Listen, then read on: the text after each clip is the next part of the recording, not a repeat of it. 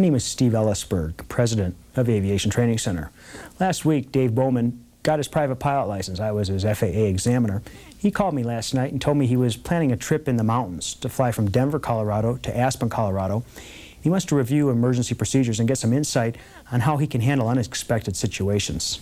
Dave, anything that you specifically want to go over?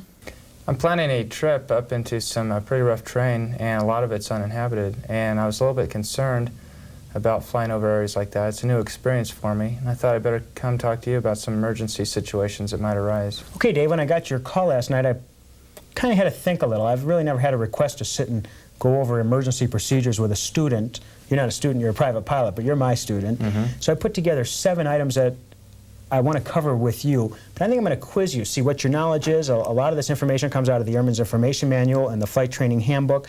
There's other publications on emergencies, plus a lot of this comes from experience, of which I have more than you, which is why we're here. And I'm going to want to talk to you about flight planning and diversions to alternates. Okay. I'm going to go over using your radio and getting radar assistance and who to talk to when you're having problems. We'll talk about the 4 or 5 C's, what you do when you're lost and you know you're lost. We'll go into emergency approaches and landings. You mentioned uninhabited areas. We'll talk about the mountains or fields or flatlands. What we'll discuss would apply to any terrain. We'll go into survival equipment, ditching procedures in case you happen to end up over water with a problem. We'll talk about mid-air collisions, which isn't a specific problem for someone flying in uninhabited areas, but I sure feel it belongs in a discussion on emergency procedures. Plus, I'm going to give you a good feeling for the terms immediate action and book procedure. Some items we always start from memory and need our immediate attention, like a failure after takeoff. Some items, like a fire in flight when we're 10,000 feet above the ground, we have more time to sort things out, and we want to see what the manufacturer has to say. All right. So first, we'll talk about flight planning and diversions to alternates. Okay. First, we're going to give the theoretical information. We're going to have a little ground school or a pre-flight discussion with Dave. Then we're going to go flying and look at some actual emergency procedures from the air and how decisions are made in the cockpit. Dave, I'd like to first talk to you a little bit about flight planning. Do you know what a flight plan's for? There's really only one purpose for a VFR flight plan, and what is that? A flight plan would be to let people know exactly where you're going and the route and the time that you're expected to be there. So I guess it would be important when we file a flight plan to stay over the route we file? That's correct. If we have to alter our route, especially in mountain flying because of unexpected weather, and there's no accurate forecasting of weather in the mountains, who would you contact? Contact the flight service station in the area. Okay, and we're going to look at your line on the chart that you made from Denver to Aspen and see specifically who we could contact, if we can even contact anyone. Okay. What do you think are some of the considerations on contacting people in uninhabited areas or in mountainous terrain? Definitely my altitude. I'd want to be a little bit higher, or consider, if I wasn't, who I could contact and maybe who I couldn't. You think you're going to get radar coverage in a mountainous area? I doubt it. Okay. You think you'll even have any communications with anybody on the ground? I'm sure there'll be spots where I won't have any communications with anybody on the ground. Well, then you brought up a good point. Let's just say flying in the mountains, all of a sudden you do have an emergency and you can't contact anyone on the ground. Who could you contact? Can you contact anyone at all? Well, I can probably get in touch with someone that's up in the air, possibly. And how would you do that? Or give me some ideas on what you would think if all of a sudden you were thrown in this situation, who you would try to contact that might be above you.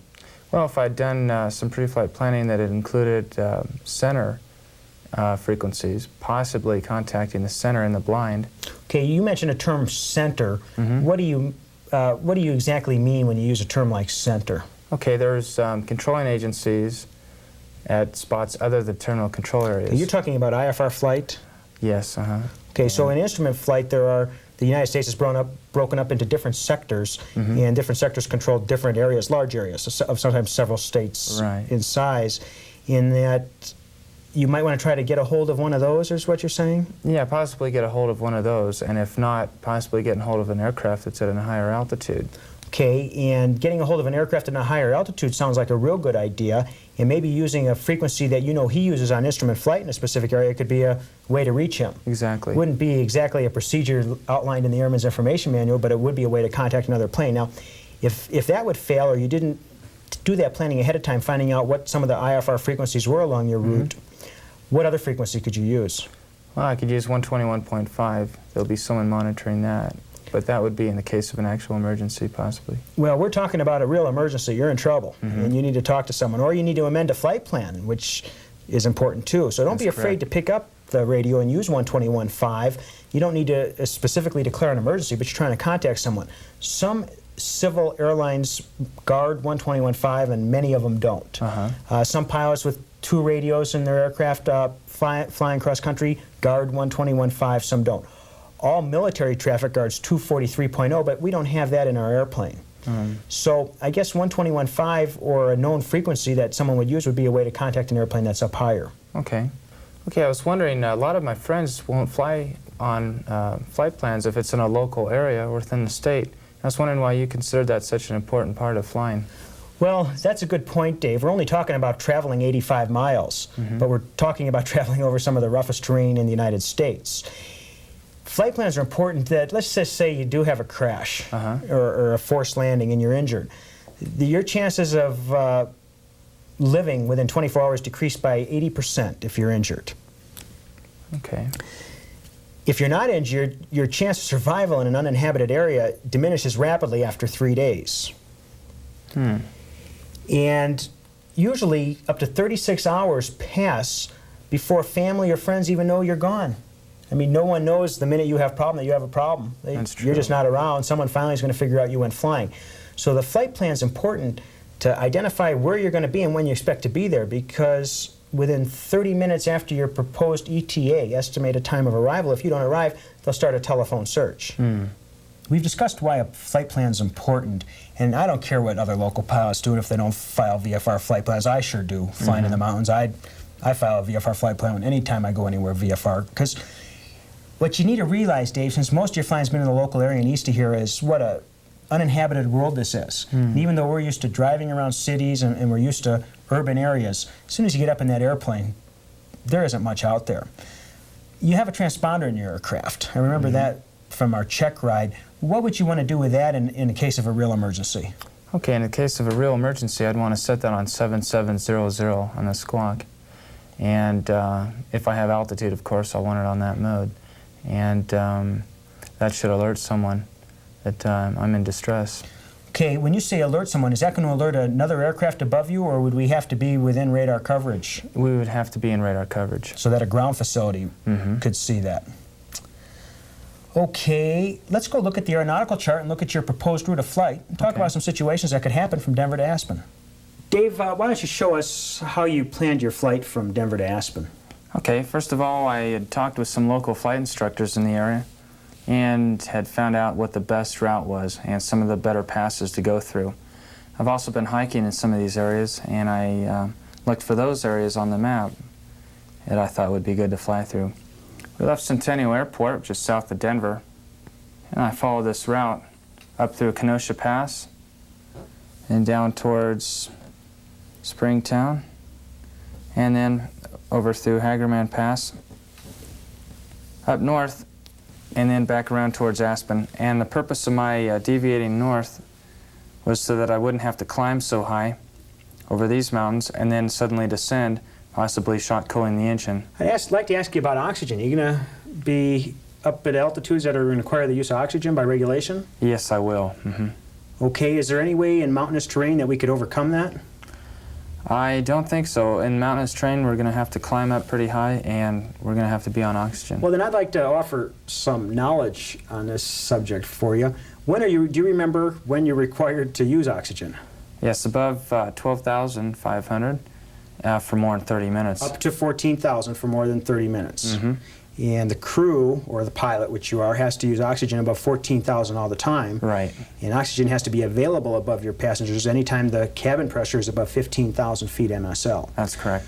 So some of these passes you're going over are about 12,000 feet. And I see that you're going over 2 major passes, really 3. Right. Kenosha, Mosquito, you called it Stringtown, Hagerman, and then you're descending.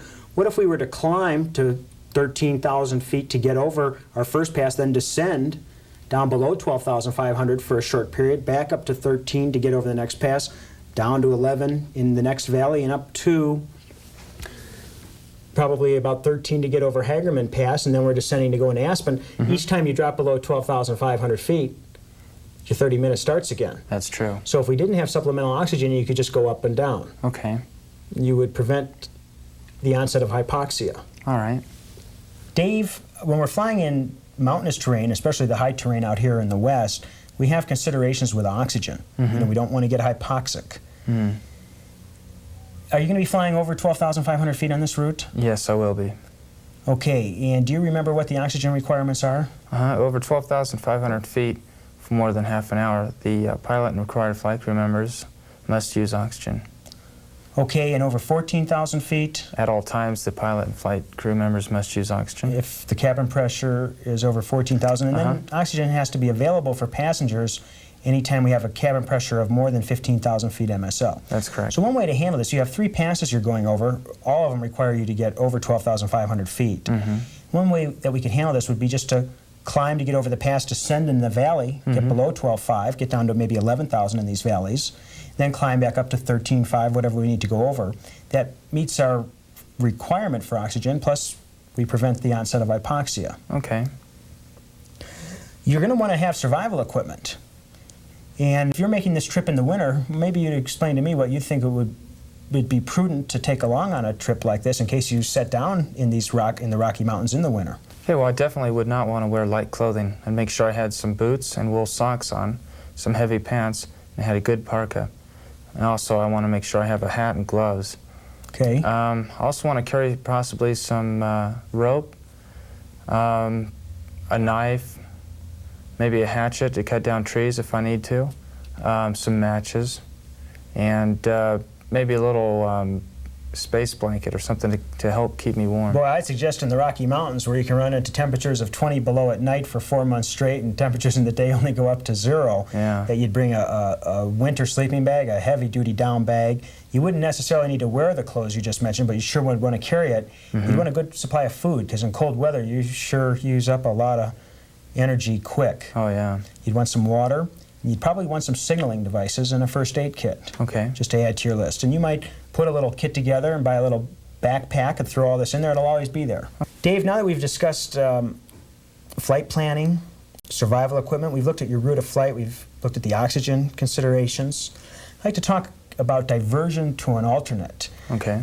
You can run into real unexpected weather in the mountains, and since this isn't a course on mountain flying specifically, you know that the winds are a consideration, that if they're over 35 knots, you don't fly in mountainous terrains. Right. That you can get cap clouds that cover the tops of the peaks, lenticular clouds, which will give you rotor clouds below, a lot of turbulence. But I'm not specifically going to discuss that, but I would like to get into diverting to alternates. Let's say somewhere along your route, you found out you couldn't proceed anymore, and your airplane's very limited, the 172 you fly, to getting up much above 14 or 15,000 feet. You're not going to get it much higher. Right. If you had to divert to an alternate, what would you do? Well, before I would begin the flight, I'd want to check out the other airports in the area.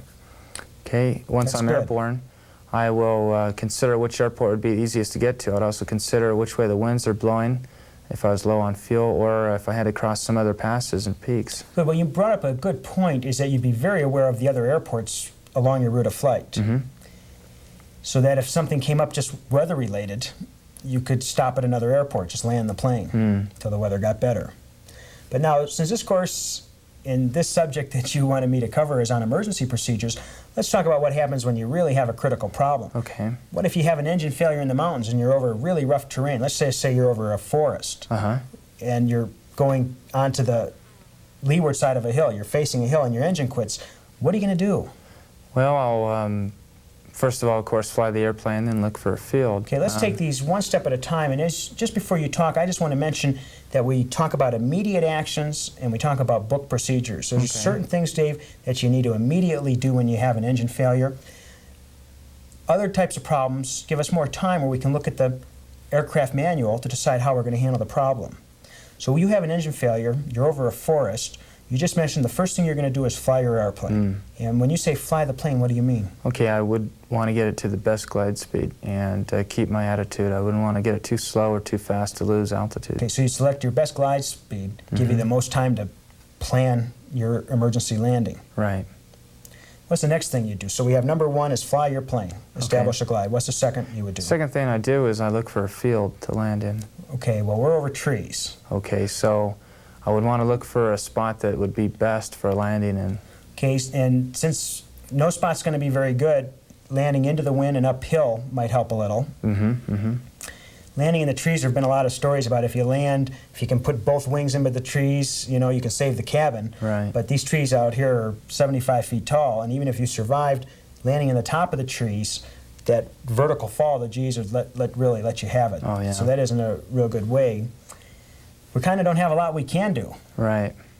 You're going to want to, but in every mountain valley, or every mountainous area ends up in a valley, and you probably would find a better spot in the valley or at the lowest elevation than you would on the side of a hill. Okay. And something you might not see at a higher elevation or altitude might show up real nice in a riverbed or a place you might be able to set it down. Okay. Some of the things you want to know as you approach to land in such a bad situation is you want to land upright and at the slowest possible speed with full flaps. You don't want to try to make any turns near the ground unless you see that you're going to hit an obstacle and you really made a bad decision. Let's now look more specifically at emergency approaches and landings. Okay. Dave, I have an illustration here that'll show you the effect of flaps in an approach. As you can see, the use of flaps gives you a steeper angle of approach. It also allows you to land at a slower speed. Okay. This would be a consideration in your planning for an off-field landing. All right. In most situations, you'd want to use full flaps and land at the slowest possible speed. I have an illustration that shows the effect of landing either upwind or downwind. Some of the considerations that might cause us to land downwind would be we just don't have enough altitude to turn around and land upwind. Okay. Ground obstacles could be a consideration that would cause us to land either crosswind or downwind. A distance that we have to get to a suitable upwind field just might not cut it. And a downwind landing uphill might be preferable to upwind landing going downhill as far as decelerating the aircraft. Some of the other considerations is the field length. A large field downwind or crosswind might be a much better decision, especially in the mountains, than a shorter field that's upwind. So sometimes it'd be better to land downwind or downhill. Well, no, just the opposite, Dave. We would maybe want to land with a tailwind uphill. Okay. If it came to that. Do you have any questions regarding this illustration we're looking at and how that might affect you? Well, I can see how the wind could affect the landing roll. Yeah, and what would it do to the landing roll? Well, landing downwind would increase our landing roll quite a bit. Our ground speed on touchdown. Right. Okay. The next illustration I'm showing you gives us a little better idea of what some of the terrain might look like close to the ground. Since every situation doesn't take us into the mountains, we might consider what it's like landing in the flatlands. You'd always want to land parallel to furrows. Okay. And you'd prefer to pick a field, especially in the summer, that has a lot of green vegetation that would help slow you down than a rocky field that didn't have anything. You'd use soft field landing techniques, and why don't you tell me how you land an aircraft with a soft field technique? Okay, with the soft field technique, I would have full flaps, and then by the time I reached final, I'd be at the airspeed that the book would call for, the airplane operating book. I'd want to touch down, tail low on the mains. And absolutely at the slowest possible speed. Right, and then I'll just hold that nose wheel off until the airspeed of the aircraft will keep that nose wheel up in the air.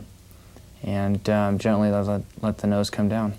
Dave, normally when you're setting up for an emergency landing, you want to use the same pattern you're familiar with as a private pilot and utilize all the training you got as a student. Fly downwind, base, and final. Allows you to judge the wind and get a feel for your landing spot. But that isn't always possible. And you're flying in mountainous terrain, you might find the best landing spots right over you, in which case you could spiral down, make a descending steep spiral turn, and enter on a base leg and a landing approach. Okay. So I see that would give me a key position as well. You could get a key position out of there, which would help judge the spot you're going to touch down. Okay.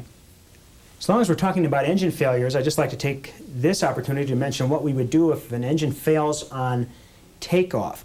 Maybe you tell me at what altitude you'd want to be at before you ever tried to make a 180 and come back to the ground. Okay, well, I definitely want to be at about 800 feet AGL before I wanted to start a turn back around. I would say 400. And 400. A real nice thing you can do sometime is go out to an uncontrolled field.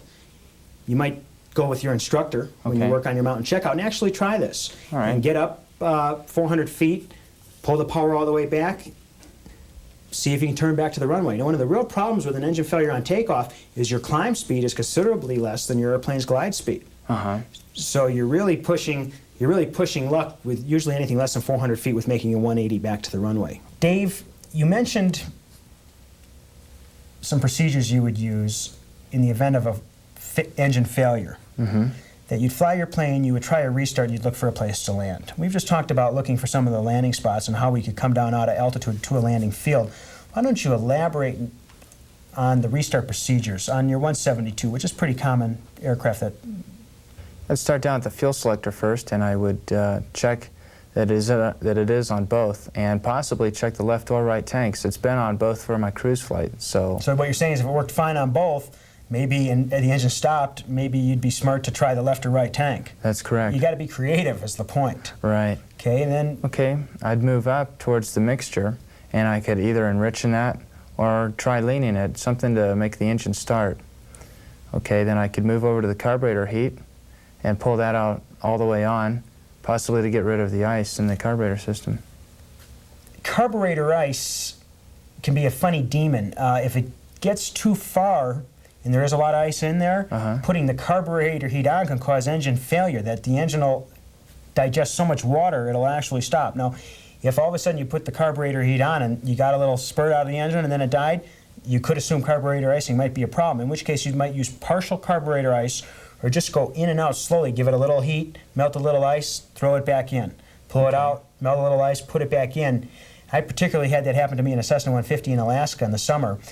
And the way I didn't know I had carburetor ice, all of a sudden the mixture control seems to affect the RPM by 1,000 RPM at a low elevation. I'm going, wow, mixture control finally works after all these hours in the plane. Well, what was happening is the throat of the carburetor, the venturi area, was closing up.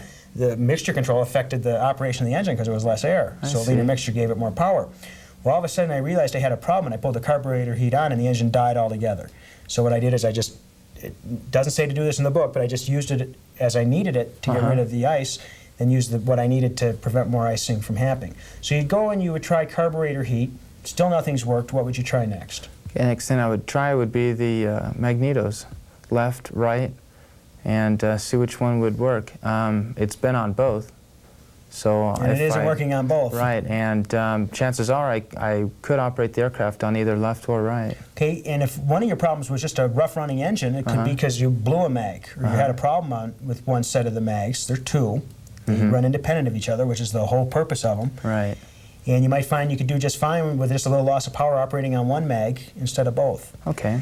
Anything else you would do? I would check that the primer is in and locked, and then I would check that the master switch is on.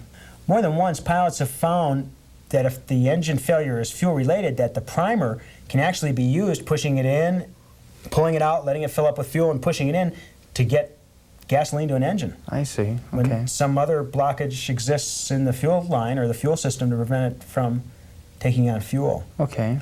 So you might even, if all else fails, just pull the primer out. You'd want your mags on both, probably, because that wouldn't be your problem. And let the primer fill up with fuel, push it back in. If the engine spurts, at least you're going to have a limited amount of power to make a precautionary landing. That's true. Or a forced landing. How can you identify wind on the ground? We sure don't have a control tower or a flight service station in a situation like this to tell us what the surface winds are. Can you judge them?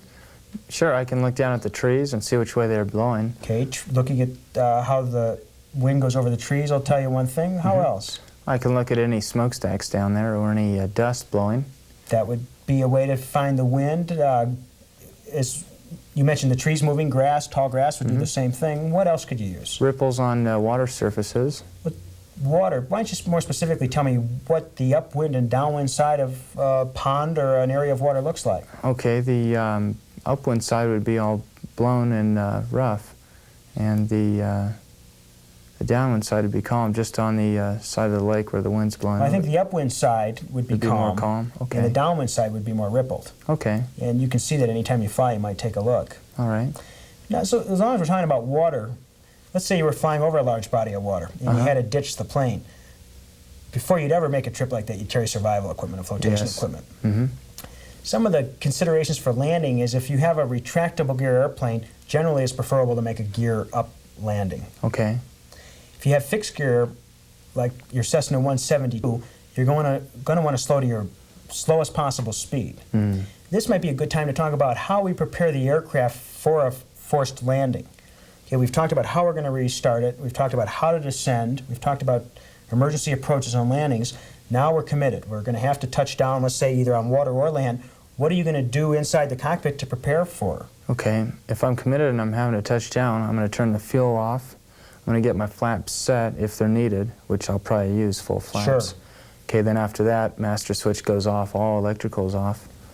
And then just before touchdown, I want to pop the doors open in case the cabin was to roll and lock me inside by bending the airframe. Okay, you could tell your passengers to put their heads down in their knees. And hopefully if you had some heavy winter clothing or anything, you could put that between them and either the glare shield or the front seats. So that could help them out a little bit. I'm trying to think of what other considerations we might have. How about getting off of one final call on 121.5, a Mayday, Mayday, telling someone where we are and what's happening? Right, yeah. We could do that too. Anything else we'd want to do? After we touch down, we'll want to check that the ELT's on. And if I have a way of moving a switch, then I'll check that. Good, that's a good point. Let's just say you were landing in a cold environment. You'd want to get the ELT out, activate it, and try to keep it as warm as possible. You get a longer battery life. Right. And I don't know that with the antenna, what kind of configuration it has. They change, but you might try to get that ELT right in warm and close to you when you're using it. Right, okay. If you think you're going to be there a long time, you might intermittently use the ELT if you think you're going to be out there for quite a while.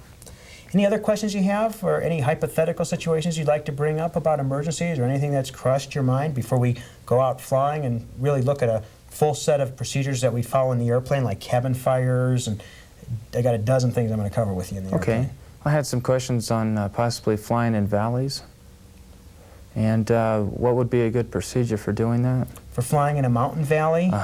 When flying in mountain valleys, of course you always want to have enough altitude to make a safe landing, but it's always wise to stay to the left or right of the center of the valley so you can look for a suitable place to land. Okay. Basically, you never want to fly over terrain where you can't make some type of safe landing. All right. Also, while we're talking about mountain valleys, when crossing mountain passes, you always want to cut them at 45 degrees. So if you intercept them at a 45-degree angle, so if all of a sudden you find that the winds are severe, which is where they are at the peaks, you can turn off easy and head downwind. I see. Okay. I'd like to talk to you about what you do if you're lost. All right. That's the biggest problem you can run into on a trip like Denver to Aspen or out in the western U.S. It's easy to get lost. You don't have communications. You have little navigational capabilities. You ever heard of the 4 C's? I like to call it the 5 C's. Okay, let's see if I can name them. Climb, confess, communicate, and comply. And my 5th C is conserve. Okay. So when you say climb, what do you mean? That I'd have better navigate and radio reception the higher I went. You'd be able to see more, too. Okay, and you'd have a better chance of talking to someone. Okay. Okay, climbing. What's the next thing you mentioned? Confess, and that is to admit and to let someone know that I have an emergency and that I need help. If you can get someone on the radio. Right. Okay, and the next one? Okay, it would be to communicate, and that's to talk with anybody that I could, another aircraft. And we talked about how to do that at the beginning of our discussion. Right, Okay, and the other one's to comply. Comply with any kind of instructions that I would have. Okay, well, if you can't talk to someone, 3 of those C's aren't any good. That's true. So that's why I've got my 5th one, conserve. Keep as much fuel as you can when you're lost. The longer you can fly, the better chance you have of finding your way home or to some place that's familiar or back to a checkpoint you already had. Or it gives you more time to make a precautionary landing. Okay. The last thing I'd like to talk to you about before we go flying is mid-air collisions. All right. One way to avoid the potential of a mid-air is to have an organized cockpit. What do you think I mean by that? Well, getting the charts folded appropriately so that I won't spend a lot of time unfolding the chart and keeping my eyes inside the cockpit. Having my flight plan out on my lap or somewhere I can easily get it. Have everything within reach and where I know it is so that I don't have to look down and look throughout the cabin for it. Okay, when you're climbing on airways or even climbing out of the airport traffic pattern, you know you can't see over the nose of the plane. Right. And what's a good procedure to follow when climbing anywhere, on an airway or off an airway or out of an airport traffic area? Okay. If I can't climb at a airspeed that will result in a lower nose angle of attack, to make small left and right turns. Yeah, about 10 degrees of bank, maybe a 15-degree change of heading, just so you can see that area out in front of the nose. Right, okay. Any precautions you'd want to take over a VOR station? Yes, definitely. A lot of airways go there, plus there's a lot of traffic working on instrument items, and then there's just a lot of traffic there navigating to and from them on Right VFR. over that end up right over VORs. Exactly. So would you think the best procedure is to fly left or right, of course, or just to keep your eyes open as you get over a VOR station? Well, I would guess possibly right, of course, a little bit, and... Wrong answer. okay, left. Keep your eyes open. Keep your eyes open. Okay, I was going to say and keep the eyes open. Just keep your eyes open. Don't Okay. fly off course intentionally. Okay. Use of the hemispherical rule. When I mention hemispherical rule, what am I talking about? Okay, that's the VFR cruising altitudes, or they could be IFR, but for us it'd be VFR above 3,000 feet. You'd have to comply with those. The first one would be odd, from 180 to 359 degrees magnetic course. I'd cruise at even thousands plus 500. The next one would be from 0 to 179. I'd cruise at odd thousands plus 500. And by staying at these specific altitudes, there's less of a chance of running into traffic in the opposite direction or IFR traffic. That's true. Let's talk a little bit about right-of-way rules. I'm going to give you a model airplane here. All right. And I've got one here. Maybe I can quiz you. Who usually has the right-of-way? The person towards the right. And do you know why they came up with a rule like that? I don't know. Let me help you out. It's easier for him to see you. Okay. He's sitting over here. Mm-hmm. You're sitting over here. Uh-huh. So you give him the right-of-way. There's a better chance of him being able to see you. Okay. What if we're approaching head-on? Okay, head on. Each aircraft should deviate towards the right. Okay, let's do that and see how that looks. Okay. Okay, so both aircraft go to the right. Okay, I'm flying I've got a Malibu here and you have a Mooney here. I'm a little faster than you. Uh-huh. If I want to overtake you, Uh-huh. Okay, the aircraft that's being overtaken has the right-of-way okay, and I'll overtake to your... to the right. Actually, yeah, to my right. Okay, let's just say, what happens, do you know what the visual signal is that tells you you're on a collision course with another aircraft? I believe if the aircraft doesn't seem to change its position in the windshield that you're going to hit him. Or if he appears to get a little bit... Well, if he appears to get a little bit lower, he's going to go below you. Okay, but the point is if he sits in the windshield at a spot and doesn't tend to move but gets larger, he's on a collision course. Right. Let's talk a little bit about night. We have green on the right, red on the left, and white on the tail. Okay. The sailor named Red left the port. Red, port, red's on the left, green's on the right. It wouldn't be right to have red on the right. I see. Okay. Okay, some ways to remember it. Now I want to show you how these planes pass. If you're in the Mooney and I'm in the Piper here, if you see an aircraft light at night, a red light, Uh-huh. what does it tell you? Okay, the red light passing from my right to the left would show that the aircraft is passing that direction. Would be passing from right to left. And then if you saw like the white light on the tail and a green light at night, you'd know he was passing in which direction? From my left towards my right. Now if you see a green on your left and red on your right at night, what does that tell you? That would tell me that he's right on in front of me. On a collision course. Right. Then if you see at night just a white light on the tail and maybe red on the left and green on the right, you would know that. That he's passing in front of me, or is in front of And me. he's passing ahead of you. Mm-hmm. Can you tell me any techniques you would use for scanning during the daytime?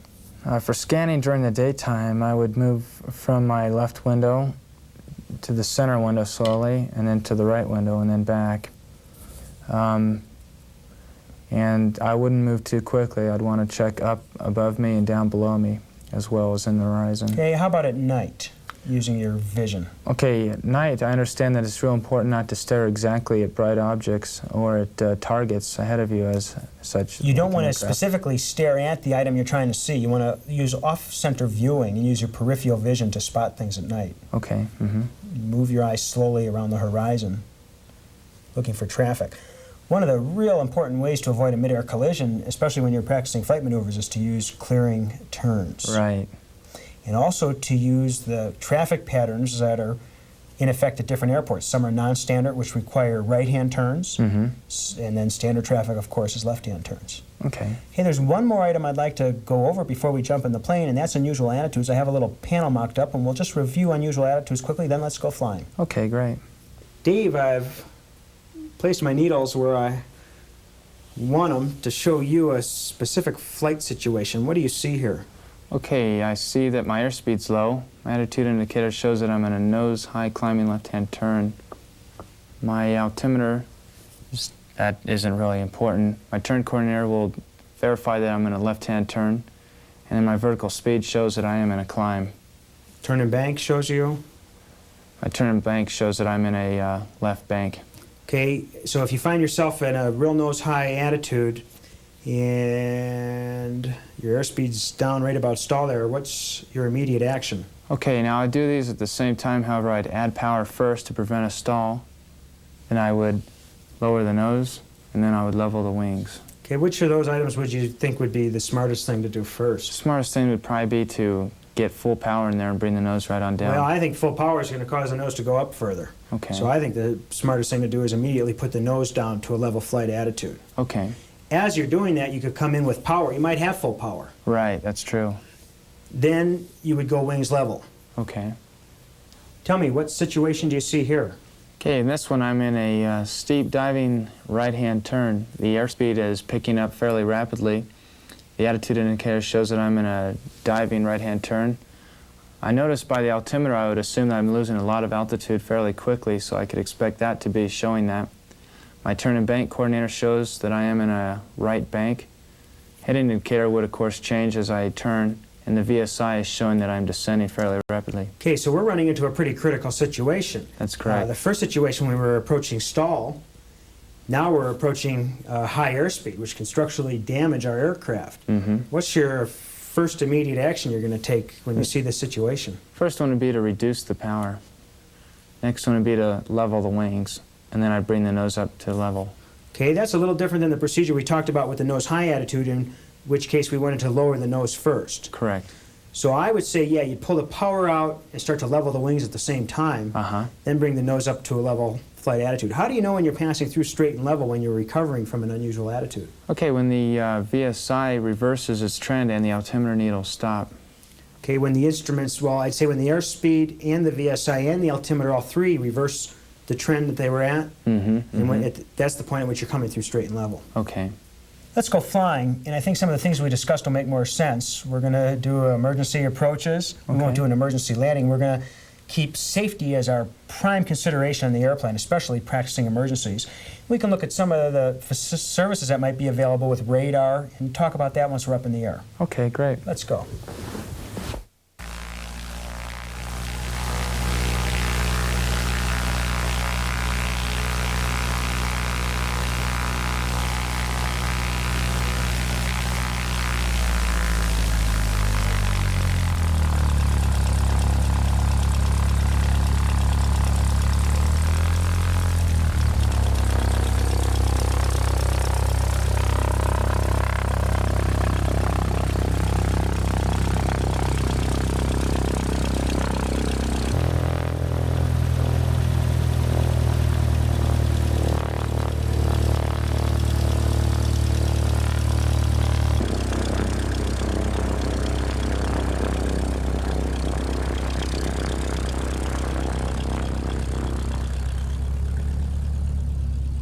Okay, Dave, our first maneuver we're going to simulate is an engine failure right after takeoff, about 100 feet above the ground.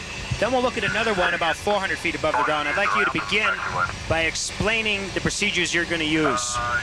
Okay, first thing I'll do is if I have an engine failure immediately after the takeoff, I'm going to get the airspeed to 70 knots with my flaps up. Mixture will be idle cutoff. Fuel selector will be off. I'll check the ignition is off. Wait, Dave, I want to slow you down. Wouldn't we want to try to start a restart before we shut everything off in the aircraft? But that's true. If just immediately after takeoff, we'd want to check our fuel selectors on both, that the mixture isn't out too far, get some carb heat on, in case we had carburetor heat during taxi. That's correct. And check that our mag's on both. So I think we try to fly the plane and restart before we just shut everything down here. Okay, I see. Good. So let's go ahead and get our departure clearance. We'll take off, and then we'll look at what kind of situations we run into on a power failure right after takeoff, and then about 400 feet above the ground. Okay, great. I'll switch to tower frequency now, 118.9. And I'll give him a call and tell him we're ready to go. I'd just like to mention, Dave, I think the procedures you're looking at in the owner's handbook deal with the fact that we couldn't get the engine started. Okay, that's true.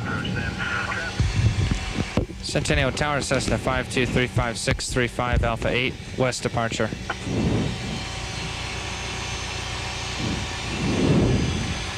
52356 Centennial Tower, west departure approved, runway 35 right, cleared for takeoff. This is just a normal takeoff. We're going to want to see what the pilot's going to see 100 feet above the ground with an engine takeoff, with an engine failure.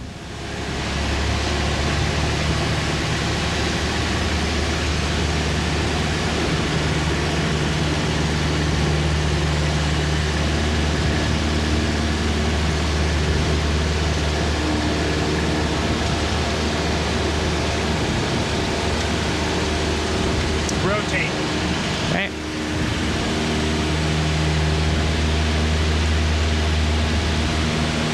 Okay, Dave, why don't you just point the nose down and let's take a look and see what it would look like if we lost an engine here. All right.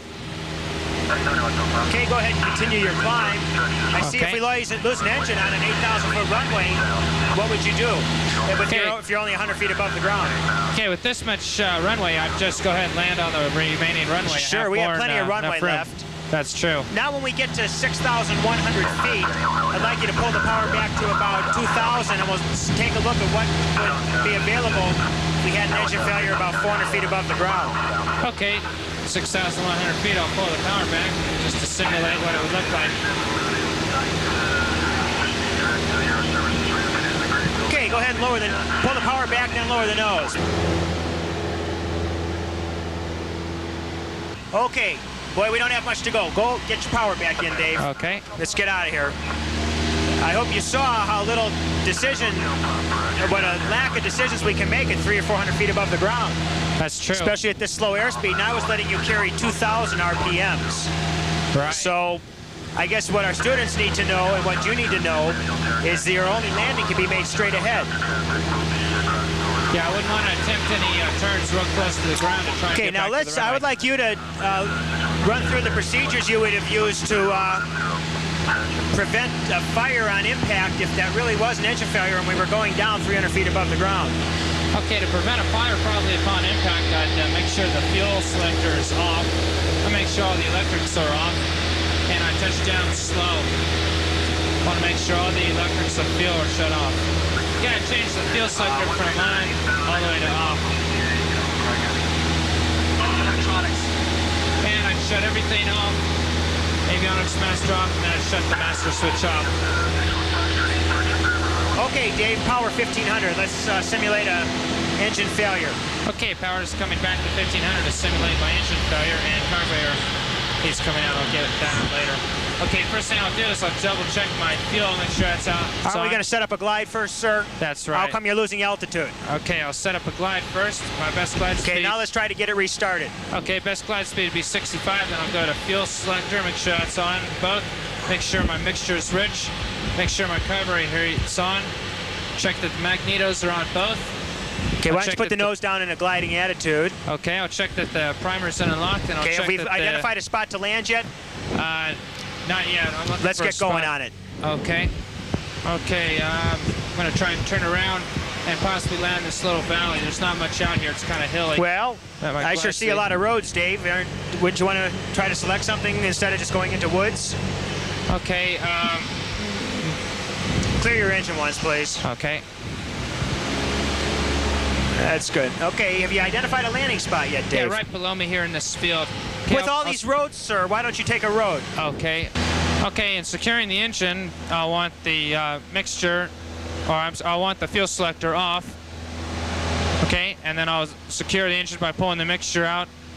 And then after I get my flaps set as I'd want them for touching down, then I'll secure the electrical system by making sure all the electrics are off, and then the master switch will go off.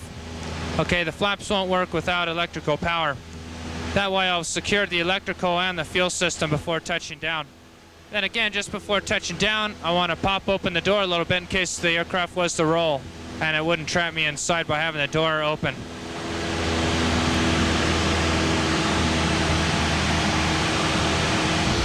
Okay, Dave, we're in the Rocky Mountains here, the foothills of the Rockies west of Denver, and we're crossing a pass. You might explain what you're doing. Okay, I'm crossing this ridge at a 45-degree angle in case anything was to happen and I couldn't make it across the ridge. I could easily turn left a little. What do you say about your weather today, Dave, up ahead? How's it look? It's not VFR, so I'm going to have to make a 180 to turn around. At this point, okay, lower your nose a little. Okay. Don't go on in front. Now make the 180. Okay, I'll just simply make a 180 here to get out of these conditions. Don't descend at all. Okay. No descending. And I'll keep my turnaround. This looks real nice, Dave. We're kind of in a marginal condition here. That's Don't correct. descend, please. Please hold your altitude, Okay. Dave. Because if you get a downdraft over here, it's going to knock you into the side of a hill.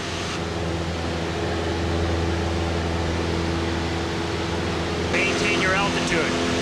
Okay, maintain my altitude, coming on around, back to That was VFR nice, conditions. Dave. So what did we just demonstrate there? Okay, we demonstrated that it's safer to cross Keep the ridge. turning around up to 180 degrees of where you started. Okay, it's just demonstrating that it's much safer to cross the ridge at 45 degrees instead of continuing across it at a 90-degree angle. It makes much less of a turn. It's also showing that as soon as I realize that I can't continue VFR, I'm going to make my turn. I won't hesitate on that. Okay, Dave, that was well done. Wings level. Okay. Okay, Dave, we got an electrical fire under the glare shield in the co-pilot seat. What are you going to do? Okay, first thing I'm going to do is, if I have time, try and get an emergency call off. Okay, we don't have time, Dave. Okay, next thing I'm going to do is master switch goes off. Okay, then I'm going to close all the vents in the cabin. Then I'm going to grab the fire extinguisher, and I'm going to extinguish the fire in the cabin. Okay, after fire's extinguished. All right, after discharging that, then I'm going to well ventilate the cabin and get all the fumes out from the extinguisher. Cabin air coming on, and then all the vents open. Okay, emergency's over. Well done. Okay, Dave, we just came in from training the last hour. We noticed Denver's fogged over. I want to know how you're going to divert to an alternate and what procedures you would use. Okay, right now I've noticed that I can see Pikes Peak towards my south, so I'm going to immediately turn to that. 30-degree bank Go ahead and turn. descend a little bit, Dave. Okay. That's fine. Okay, level off at 9,200. 9,200. Okay, so what are you doing? And I'm starting my turn back towards the Colorado Springs area, which I know is VFR from my weather briefing before we came out here. Okay, do you I have have it? Pikes Peak up there. Okay, so you're turning based on what information? Based on knowing the area and knowing that Pikes Peak is just to the west of Colorado Springs. And knowing where that is the airport in relation to Pikes Peak? it's just about 10 miles east of it, and I know that it's VFR in that area. So you're just kind of using a rule of thumb calculation and pilotage to find your way around? That's correct. Okay, Dave, that was nicely done. You've altered your course to Colorado Springs. I see we're still over an overcast. When we get to Colorado Springs in about 20 minutes, we'll see what the weather's like and whether we'll have to make an emergency descent through the clouds or a spiral, or whether it is really VFR. All right. Okay, Dave, we just arrived over the Colorado Springs area, and we see that there's kind of a nice cloud deck, but we have a hole to our left. Why don't you turn there? All right. And let's do a descending spiral to VFR conditions. So we're not going to break any VFR cloud requirements up here, but I think we have an adequate hole, and it's a safe enough situation. Okay, what I'll do is I'll come over here towards my hole. Okay. And then I'll start a spiral down. I'll reduce my power. Why don't you start your spiral now? Power Okay. down, 1500, carburetor heat on. All right. Lower the nose, maintain Okay. 80 knots. Okay. Okay, and let's get over to 50, 55 degrees of bank. We're over a clear area. All right. Your airspeed's crawling up. A little bit fast, yeah. You can't rush the maneuver, but we want to stay VFR, Dave. Okay. Okay, roll out a little. We don't have to stay at 55. I guess an important Okay. point I want to make is you want to get into VFR conditions, and if it doesn't always require a steep turn, that's fine. This looks real good. You see how we're coming below the clouds now, Dave, Uh-huh. and our maneuver's working. Good. It's getting a little cloudy here. You might want to tighten up your turn here, or what do you want to do? Okay, we'll tighten it up a little bit. Just Good. stay in these VFR conditions, watching my airspeed, taking my time with You want this to clear maneuver. your engine once, please? All So we right. know we've got it when we come around. Okay, lower the nose a little now. Let's get on down. Okay, lowering the nose a little Pull your bit. power back, Power too. coming back. Pull your power back. Okay. Good. Okay, a Wow, little look bit at us fast break on out. the airspeed. Okay, let's keep turning left and keep descending. Okay. This is a nice spiral, good maneuver. Nice control of your airspeed. Nice control of the airplane as we get down. We see it's kind of a lousy day down here. Clear your engine. All right, clearing the engine. That's fine. 1500 on the power. Okay. Okay, let's keep your nose coming down. All right. Hey, look, we see town. Okay. Okay, let's roll out heading 060 straight ahead. All right. Send to and maintain 8,000. Okay. Nice maneuver, Dave. Now you see how we can use a descending spiral Okay. to go from a condition where we're VFR on top of a cloud deck to getting below the cloud layers for landing. I see. Okay. Dave, as you notice, it's getting IFR, and I don't think we're going to make it to Colorado Springs from the point where we descended below the overcast layer. I see we have an airport pretty well in front of us. Do you know if it's a good airport or an airport for landing? Well, I believe it's closed. However, I'll go on down there and take a look at the airport. And we'll go on down a little bit closer and see what the field conditions look so like. I guess what we're going to do, if we're going to make a precautionary landing because the weather's gone IFR on us, is we want to make sure this field's okay. That's I know correct. it is a closed field, and we want to make sure there aren't any chains across it. All right.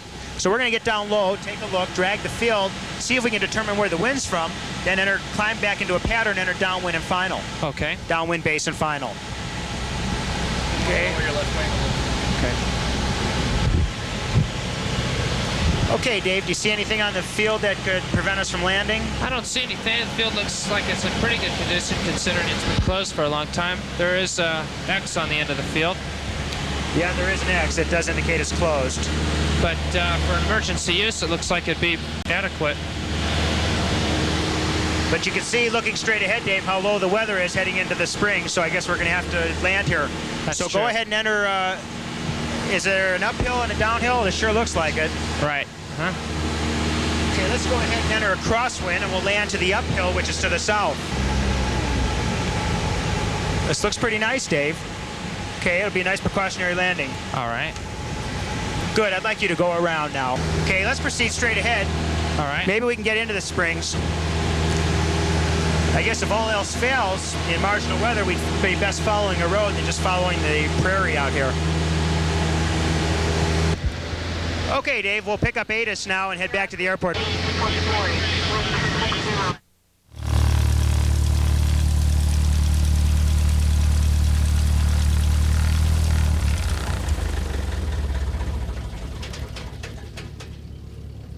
Well, Dave, I'd like to talk to you about a couple of our procedures. One was looking for your spot in our forced landing west of here.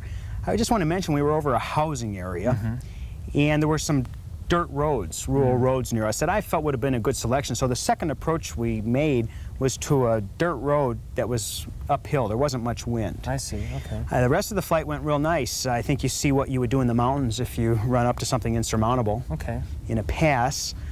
You saw as we headed back in, the weather went down in Denver, so we did a descending spiral down through the clouds. Then as we headed to the alternate you picked in Colorado Springs, which is about 60 miles south of here, we found it went IFR. So you made a good decision by identifying that closed field. You dragged the field, make sure there weren't any chains up, and we were in a position to make a nice precautionary landing. You have any questions before you take off on your trip to Aspen? Can't think of any. I thought the diversion over the hills was real good. I thought that'd be an invaluable experience for my mountain flying. Feel a lot more comfortable. Any other questions you have about Mayday type procedures? Can't think of any offhand. Good. Well, I'll wish you all the luck. Okay. Good luck very with your much. flying. I'd like to conclude this segment by reviewing the 8 procedures we just covered in flight. First, an engine failure after takeoff. Consider the possibility every time you fly. Every time you take off or every time you depart an airport, it can happen to you. Have a plan of action. Know where you're going to go and what you're going to do if the engine fails. If sufficient runway is remaining, land. If you're within 400 feet of the ground, don't turn more than 30 degrees from your flight path. Maintain your glide speed, which is usually higher than your climb speed, and don't stall it out. Remember, an airplane won't fly without an engine. Engine failures in flight. Fly the airplane. Set up a glide and look for a place to land. While all this is going on, you can attempt to restart, and you should be very familiar with the immediate action specified by the manufacturer. In most light airplanes, this involves turning on the carb heat. If it's a Cessna, you want to check that the fuel's on both, or you might go to the left or right tank. Also, the mixture needs to be climatic. If you've just descended from a high altitude to a low altitude, the engine will eventually die of fuel starvation. Then go to the book. See what the manufacturer has to say about the proper procedures. Communicate with someone, anyone. Let them know your location and the problem. Identify the surface winds. And remember, the best spot to land might be right below you. Then go to the book one more time and look at the procedures for emergency landings. Crossing ridges. Always try to cross ridges at a 45-degree angle. Consider the adverse effect that winds will have when you're downwind from ridges, passes, or peaks. Weather might be marginal when you get over the peak, so a 45-degree angle leaves you a way out. Electrical fires. You should know the manufacturer's immediate action if you have an electrical fire in the cabin in flight. Usually this involves turning off the master switch, then turning off all the electrical equipment, then turning the master switch on and electrical items on one at a time till you identify the faulty circuit. Then you can eliminate that circuit from the electrical load and operate normally. Diversion to an alternate. If you see familiar visual references or are within reception of a VOR, use them. Turn to the approximate new heading, then use rule of thumb calculations. Then, with time permitting, you might figure out the exact heading in degrees, your estimated time of arrival, and all the other trimmings shown on your flight computer, if you need to. And communicate. You'll probably need to amend your VFR flight plan, and if you're IFR, you'll need to notify ATC of any changes. Steep spirals. You always want to maintain VFR. Beware of sucker holes that are smaller and deeper than you think. If you inadvertently go IFR, have a plan of action. Have a heading and altitude that you would use that would take you back to VFR conditions or where you just came from. And watch your airspeed. It's really easy for it to creep up. And the hazard is you get turning too fast with too high a rate of descent. Precautionary landings. A precautionary landing beats getting lost or flying into marginal VFR weather, which then goes IFR. This is the biggest killer in general aviation. Know when you've reached your limits as far as your ability goes. And if you're not instrument rated, don't fly IFR, period. It's best to drag the field if power, the ceiling, and other weather conditions permit you to do so. There are a lot of country roads and adequate emergency landing spots. And don't overlook an airfield which might be real close to your flight path or right below you. And I want to say one more time, don't fly into deteriorating VFR weather, especially near sunset. Last, I'd like to review the 5 C's. First, climb. You'll have better visibility and reception and less fuel is needed at altitude. Communicate. Let someone know what's going on. This could be an air route traffic control center, flight service station, or another airplane. Give them your position or a last known position and the time you were there. Let them know the amount of fuel you have remaining and your present heading and altitude. Usually you can reach someone on the Mayday frequency 121.5. Confess. Tell them the total, true extent of your situation. Comply. If you're talking to an air route traffic control center, flight service station, or a jetliner above, they'll know better what to do than you'll know. And remember, they're not in the bad situation you are, so listen to them and follow their instructions. Conserve. You're only limited by how long you can stay airborne and by the weather. So lean it out, pull back on the power, and preserve as much flying time as possible. Well, I'd like to wish you good luck with your flying, and I hope you don't have to use any of the procedures you've just learned. Next, you'll see 2 films, one on stalls and spins, and the other on disorientation. I think you'll find them very interesting.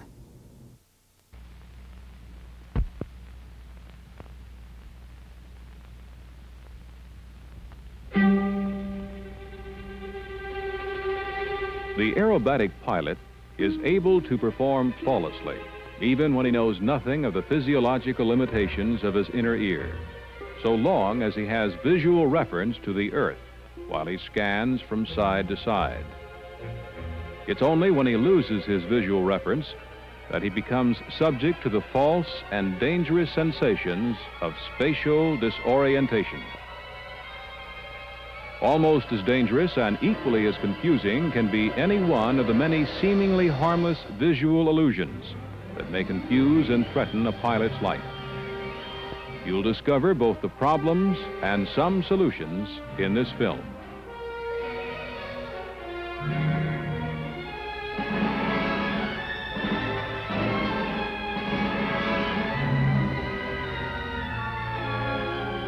The two main causes of pilot disorientation are either vestibular, referring to the inner ear, or visual in nature.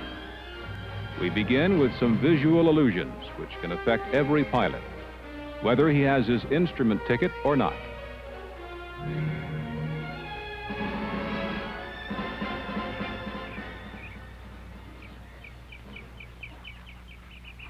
So great is our faith in the visual signals we receive that we maintain seeing is believing. A more fitting statement might be what we see is what we think we see. For example, here's something you must do whenever you come in for a landing. Judge the runway length.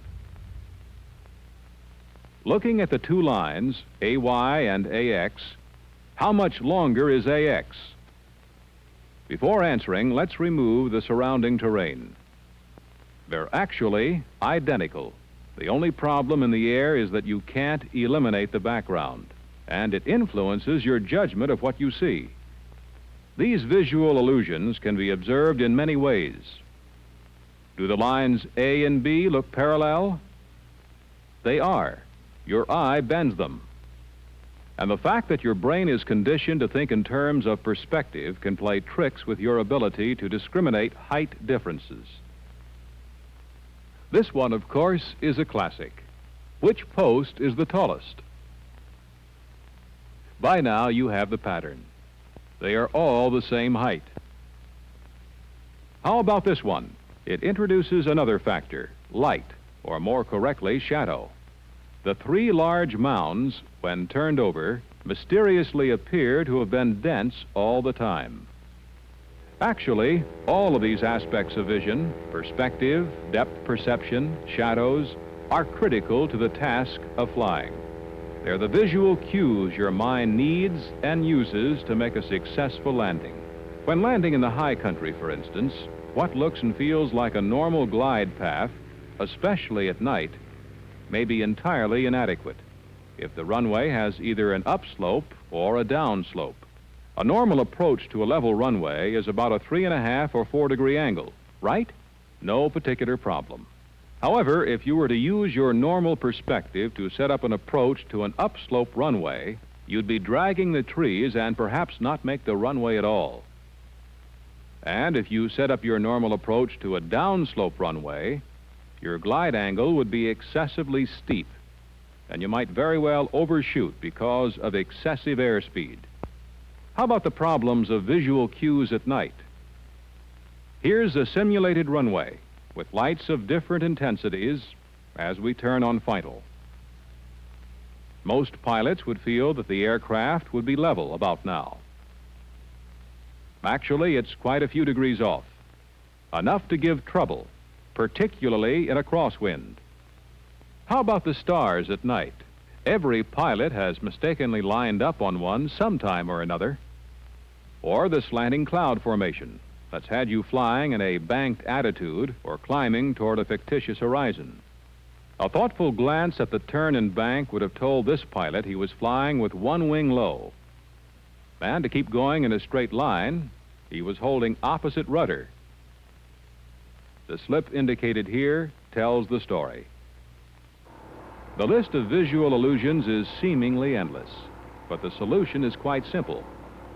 Be alert to situations that are potentially disorienting, and then when they seem to contradict your visual sense, do what the gauges say. Trouble really begins when there are no visual references. When we're on the ground, The combined input from several senses tells us which way is up. Sight gives us a frame of reference. We can see where we are in relation to fixed objects. Feeling gravity's pull on our muscles and joints tells us which way is down. And special parts of our inner ear help give us our sense of balance and orientation. In the absence of visual cues, accelerations can be confusing. Their tugs misinterpreted as gravitational pulls. The result is often disorientation or pilot's vertigo. That's why, without adequate instruments and the ability to use them, a pilot should avoid situations where visual references are obscured. No smart pilot would take off in instrument conditions without an IFR rating and the right equipment. But it's the brief and hazardous exposures to IFR conditions that you think you have enough experience to handle that can lead to tragedy. Next to failing to obtain or maintain flying speed, the greatest number of general aviation fatalities are the VFR pilots who continue flight into bad weather. So your best protection is to avoid those perilous weather conditions. And if you do get caught briefly, have the discipline to believe your instruments, not your impulses. We know that when you're getting signals on 3 different sensory channels resulting in a message contrary to what your instruments say, it takes a lot of discipline not to react instinctively. This simple demonstration will change the mind of any skeptic who believes he's immune to the effects of vertigo.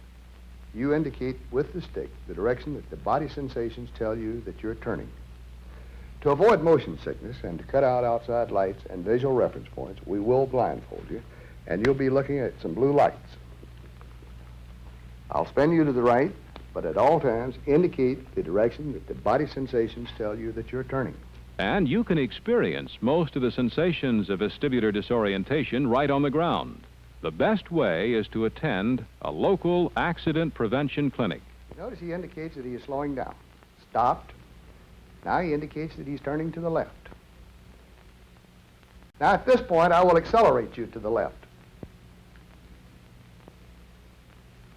And you're really turning to the left now, aren't you, sir? Yes. Would you remove your hood? Unbelievable? Yes, it is. Yes, it is unbelievable. But by looking at the remarkable mechanics of the inner ear, we can learn how it was able to confuse our subject. We'll be looking at only one set of semicircular canals, although there is a set located on either side of the head, just inside the ear, at about eye level. The 3 canals, each in a different axis, correspond to the roll, pitch, and yaw planes of any good gyro. Let's look at the movement of just one axis as an example. A cutaway of the canal, which would sense angular accelerations in yaw. Shaped something like the shell of a snail, the canal is filled with the fluid. Microscopic hairs embedded in the cupula sense the movement of the fluid. Let's see what happens in our subject's inner ear when he's rotated. Due to inertia, the fluid in the canal lags behind the rotation, thus bending the cupula, and the vestibular nerve transmits a clockwise indication to the brain. As the rotation approaches a constant speed of about 15 RPM, the fluid slowly begins to catch up, all the while giving the impression the subject is slowing down, a false sensation. Had he been kept at a constant 15 RPM for several moments, the cupula would have returned to the vertical position when both fluid and canal rotate at the same speed, giving another false sensation, that of no motion at all. Deceleration causes the subject to sense a counterclockwise turn due to the cupula's tilt in the opposite direction. And when he stopped suddenly to 0 RPM, the fluid continues to rush onward, bending the cupula all the way over, indicating a violent turn to the left. What you've just seen isn't just laboratory theory, and it doesn't just apply to inexperienced pilots. Here's Al Hall On the right, an airline captain with more than $30,000.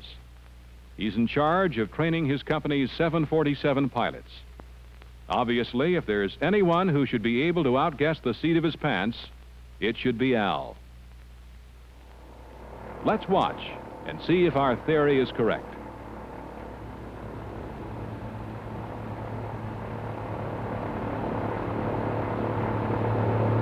Al, this probably isn't like flying a 747, but It's a lot of fun, though.